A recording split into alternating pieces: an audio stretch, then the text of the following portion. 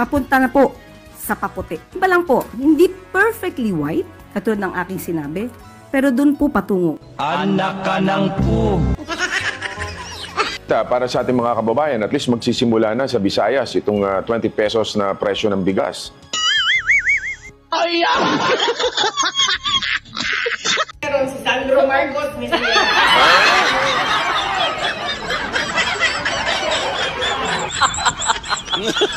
Magpalit ka na po ng apelido. Ay, sorry. Romualdez pala ang middle name mo.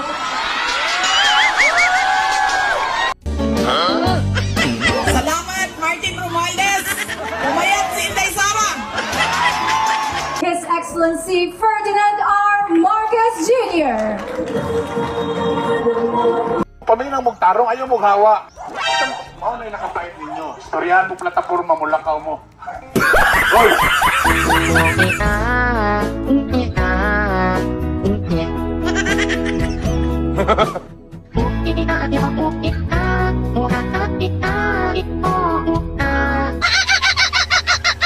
Makakaasa po ang taong bayan at ang buong sambayanan na hindi po tutulugan ng gobyerno. Kaya sila nagde-drugs is para magising lang sila. Alam mo ba?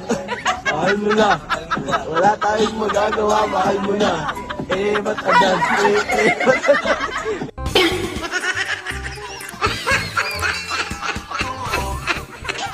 Dalawang sa tingin kong mali ay yung tanong na kung sino ang dapat mas paniwalaan, ang mainstream media ba o ang mga influencer.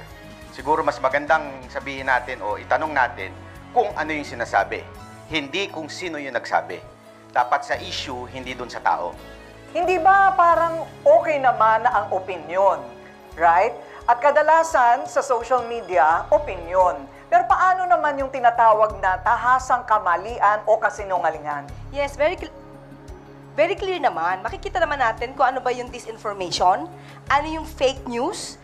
Example na lang, sabihin natin dito ha, ito ay nasa news naman, hindi naman kailangan na sabihin na wala dito. Yung tungkol sa pinag-utos di umano ng Supreme Court, ng TRO, pero wala naman. Mismong Supreme Court ang umalma rito. Yun palang tahasang fake news na yon. Kung meron mang magpapakalat ng fake news sa Pilipinas, walang iba yan kung hindi ang mga politiko sa Pilipinas. Unahin na natin ang ating Pangulong si Marcos, na kung saan sinabi niya na walang baril na pumasok sa KOJC Siege. Kitang-kita po sa social media, naka-live ang mga vloggers doon. May baril ang mga pulis na pumasok doon. Ako po, naandun. Nakita ko ng aking mata na may dalang mahabang baril si Torre. Ang tanong ay ito, bakit ni isang mainstream media walang pumuna sa maling ito? Alam niyo ang sagot? Simple lang. Sabi nga ni Sir Verhel, organisado ang mainstream media. Organisadong hindi sila pwedeng magsalita kung walang utos galing sa taas. Yun? Naku po, Banatbay. Tama nga naman, Banatbay. Ito si Marcos. Ito ang number 1 na fake news. Fiddler. Isa pa din yung ano niya, yung bigas na 20. Hanggang ngayon. Kaya tunghayan natin ito mga guys, ang harapang Per Castro at Banatbay. Let's go, Banatbay! I agree with Sir Verhel na mas organized at mas merong specialized training ang traditional media.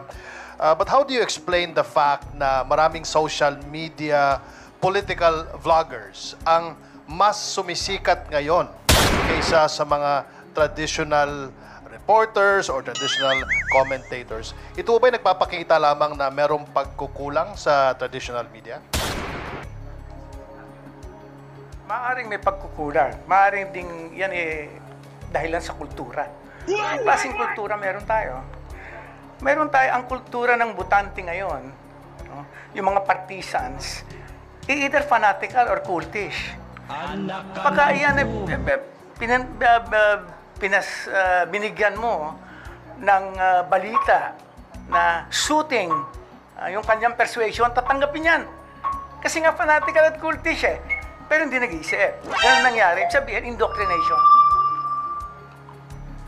Maaari po. Siguro ang gusto kong masabi dito ay nagkakataon na sa social media kasi wala po tayong mga yung tinatawag na time limit o yung mga space limitations ng mga newspaper na I'm sorry, kinakailangan ganito lang kahaba ang article. So, maraming nangyayari na may mga talagang tunay na bihasa, dalubhasa, talagang eksperto sa kanilang fields na nakakapagpahayag ng kanilang mga kaalaman sa social media, kaya sila napapakinggan. Katulad ni SAS, for example, SAS Rogando Sasot, when it comes to international studies and relations. So, ganun po. May mga ganung klaseng mga eksperto na bibigyan sila ng more chance na makapagsalita doon. Thank you.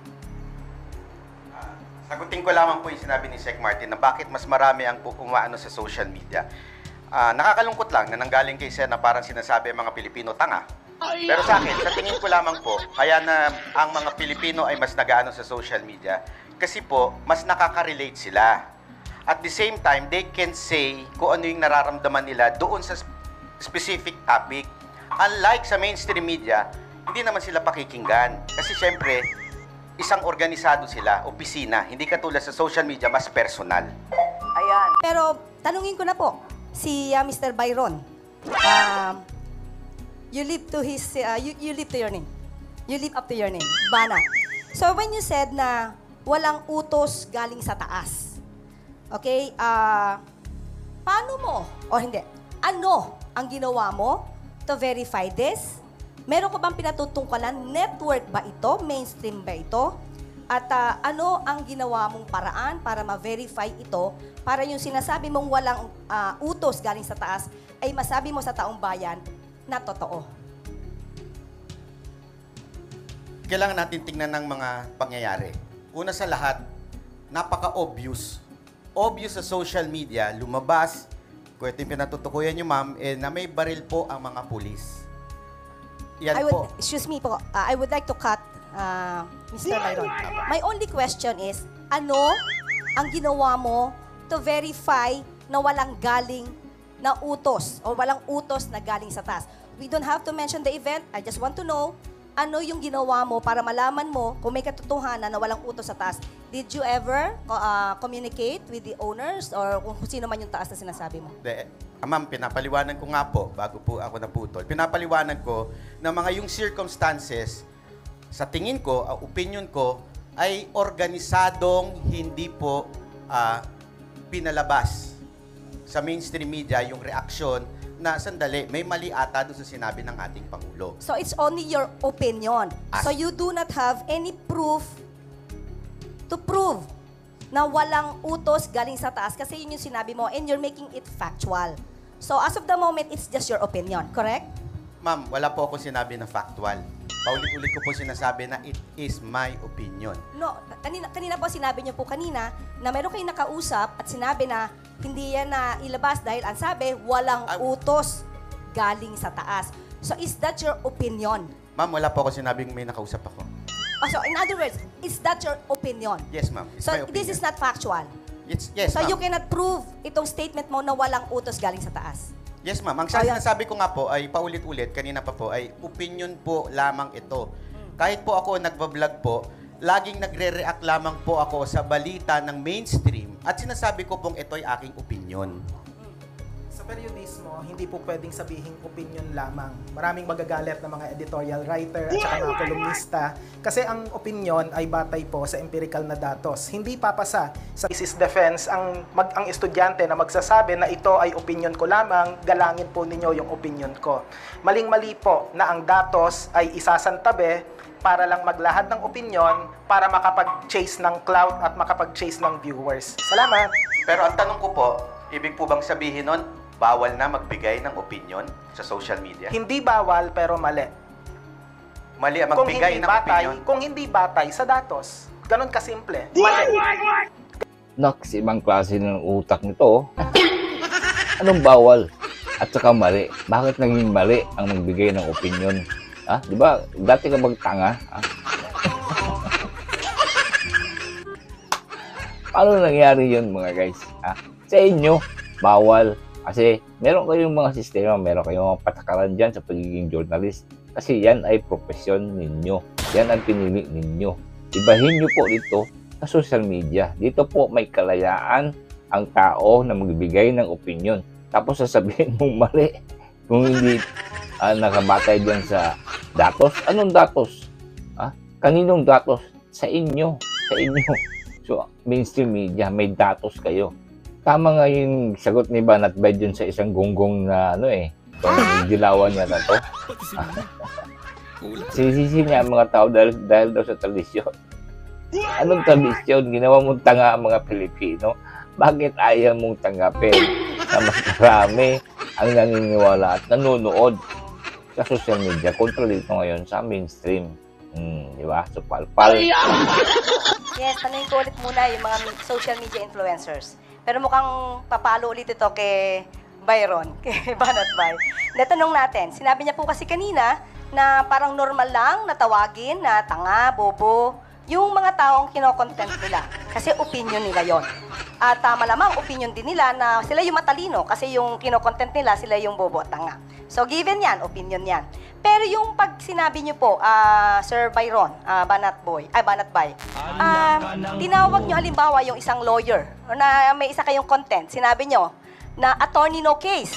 Hindi yun opinion kasi supposed to be factual. Kinausap niyo ba yung lawyer para malaman niyo na no case ito? Kasi it's one way na medyo dinidiscredit niyo yung kinokontent niyo. So nakausap niyo ba yung lawyer para malaman niyo kung talagang wala ba siyang kaso? At kung hindi ba one way of making it giving this information? Una-una sa lahat, hindi ko po sinasabi na ito ay disinformation. Ito po ay ang bansag sa kanya ng mga netizen. So, akin lamang po yun na sinasabi din, na hindi ko naman din sinasabi na literal na no case yung tao. Ibig sabihin lang po ng no case, wala siyang tamang issue. Ganun lang. So, ibig sabihin, hindi naman ibig sabihin na wala siyang kasong hinahawakan dahil trial lawyer siya. Apo. So, at the time, opinion lang din yon. Yes, ma'am. Hindi siya factual. Apo. Okay, yun lang po. Yun, pwede lang pong ituloy ko lang sa opinion po. Kasi lagi po nating, mukhang nagkakalabo tayo sa issue ng ang dapat ba ang social media ay maghatid ng news o opinion. Paulit-ulit naman po sinasabi na ang social media ay isa lamang pong opinion. Na, tulad ng sinabi ni Sir, mali daw.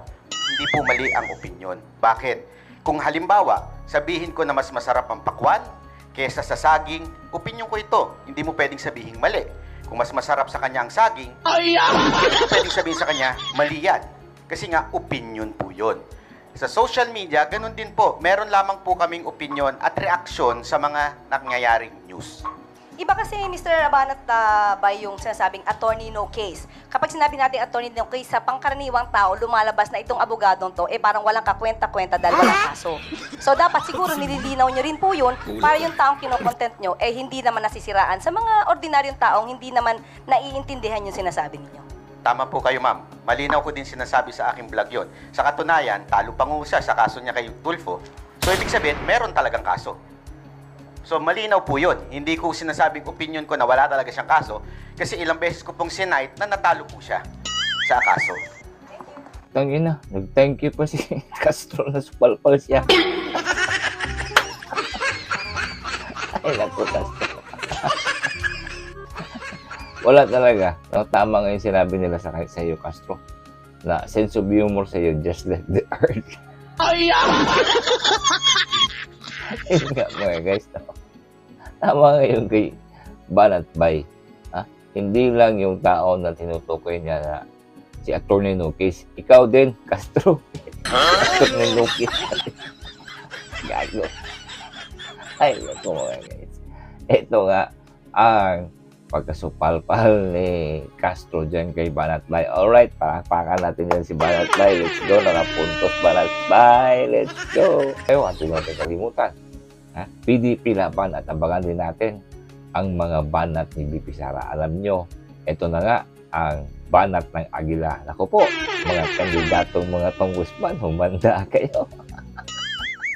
Di ba? Oh, ayan na ang mga karma sa mga congressman. This is our time. Nakalimutan nila na hindi pa kandidato yan si BP Sara. Oy, mga gonggong, kayo ang kandidato. Di ba? Isa-isa lang pinasok ni BP Sara ang mga balwarte nitong mga tulonggis. Naku po. Alright, thank you for watching mga guys. And again, God bless you all.